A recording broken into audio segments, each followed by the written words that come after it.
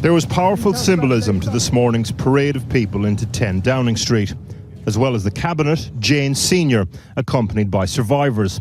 She's the original child abuse whistleblower in Rotherham. Years in the wilderness, ignored. Today, sitting round the table with the most powerful people in the country. By way of introduction, the Prime Minister spoke of a case where police had to send a Freedom of Information request to social services to get information about an abuse case.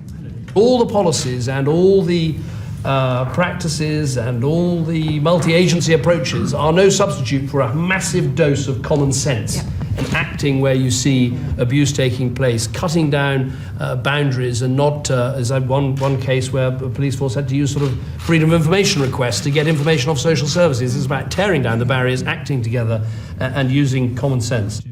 Common sense rallying cry, yes. Some concrete proposals too.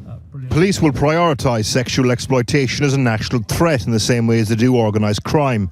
Teachers, counsellors and social workers who fail to protect children could face up to 5 years in jail as the new offence of wilful neglect is extended. There will be unlimited fines for individuals and organisations that fail children, and a new national whistleblowing helpline for public sector workers to report bad practice.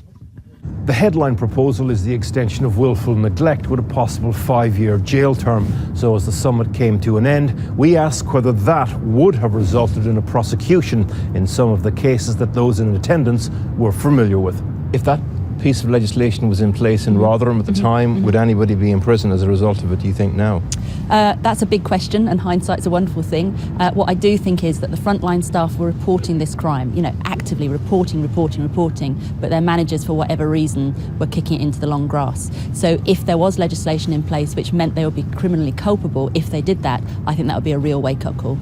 Not everyone agrees, though. Even some campaigners for mandatory reporting were describing it as unworkable today.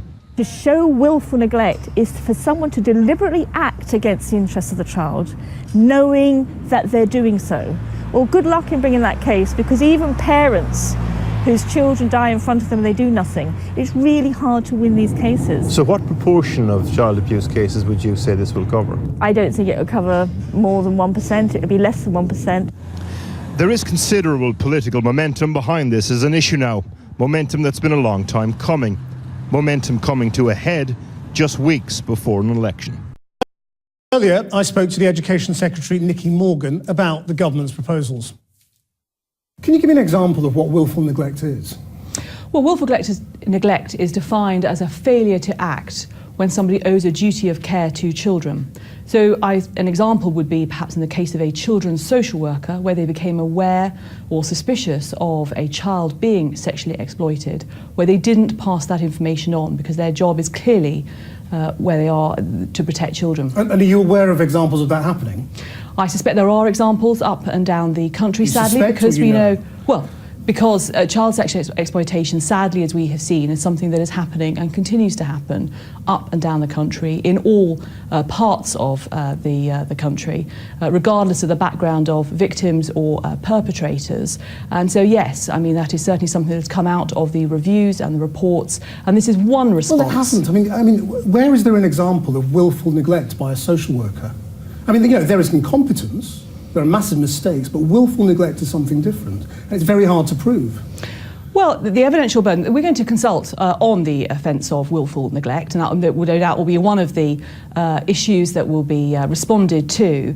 The other thing you're consulting on is mandatory reporting. Yeah. Now last autumn, the Home Secretary raised concerns about this. I think that, have you dropped the concerns? No, I think there are still concerns. The evidence about mandatory reporting is inconclusive. We've looked at other jurisdictions as part of the Secretaries of State's meeting, which has happened to look at the government's response to Rotherham, which has culminated in today's summit and report. But it is something that is raised by those involved in this area, and something that we wanted to.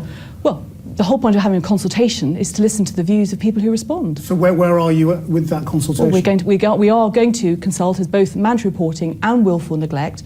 We'll have a full 12-week consultation. We obviously have the dissolution of Parliament, the general election. But you said you were going to consult last autumn, last October. Well, I think that it has taken time to get to the response, as we've seen today in the summit. I'm not clear then what's actually going to happen then. I mean, you say you're consulting on willful neglect, and you're consulting on mandatory reporting.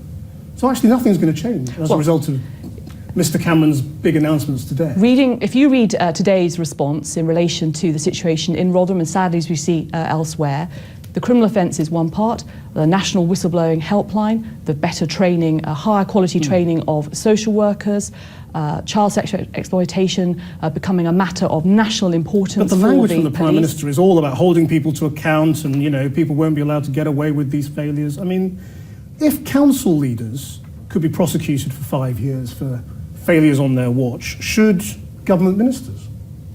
Well, that's when we have a consultation, and maybe people will respond and suggest that as part of the consultation. Why in none of these cases do people seem to be held to account? You know, nobody ever loses their job and nobody's ever prosecuted. They all just move on. The same thing's happening in Oxford right now.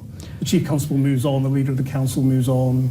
Well, I think people have been held to account. We've certainly seen that with Rotherham and Rochdale, but we'll have to see what the response is from Oxfordshire Council, Oxfordshire Police, to the serious case review as it is published today. Do you think any of them should resign as a result of what you've heard today in Oxford? As I said in the House earlier on today, I do think that people need to seriously consider their positions. Who do you mean by that? Well, I think it's people who were aware and who should have been aware of the information. But this is a matter for the County Council and the police in Oxfordshire.